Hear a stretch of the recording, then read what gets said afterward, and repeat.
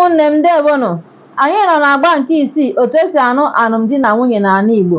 A na-akpọ agba nke isii a New Home Sending of Gift from the Bridal Parents, ya bụ idu ụlọ n'asụsụ Igbo.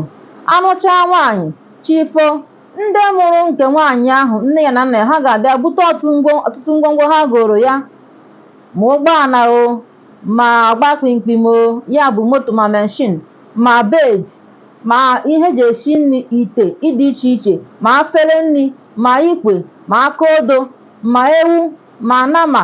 Ọtụtụ ihe ka a ga-ebukọcha, ma ihe oriri ha ga-ebu ya ma buta mmiri tupu ọ ga-adịkwa ọtụtụ ihe ji agbanye mmiri. Ha eburu ya bunye ọtụtụ ndị mmadụ bịara ebe ahụ, eburu ya so n'ahịrị na-agụ uri maọbụ egwu buru gaa na be nke nwaanyị, be di ya. Agbata ndị be di ya ga-echikwanụ nri wee nye ndị ahụ ọbịa ma mmanya.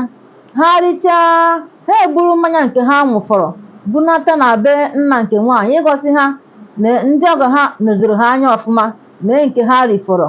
Otu a ka esi eme ya.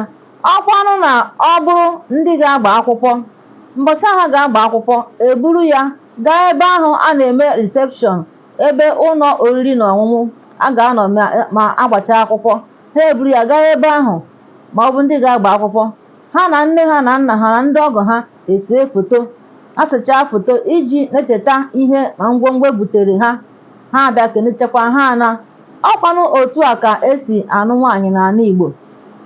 Onye ọbụla n'ala Igbo na-agba mbọ ka ọ kwara nwa ya ngwongwo wee duo ya ụlọ otu aka ara ya, maka na ngwongwo a dịkwa n'oke mkpa.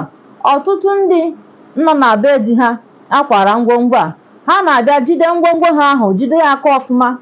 Ha na-akwadokwe ka ngwongwo ahụ ka o mebie, dịtụ gịnị na ọ bụ ezigbota ihe nṅomi na nkwanye ùgwù nwaanyị ọbụla akwara ya na be di ya.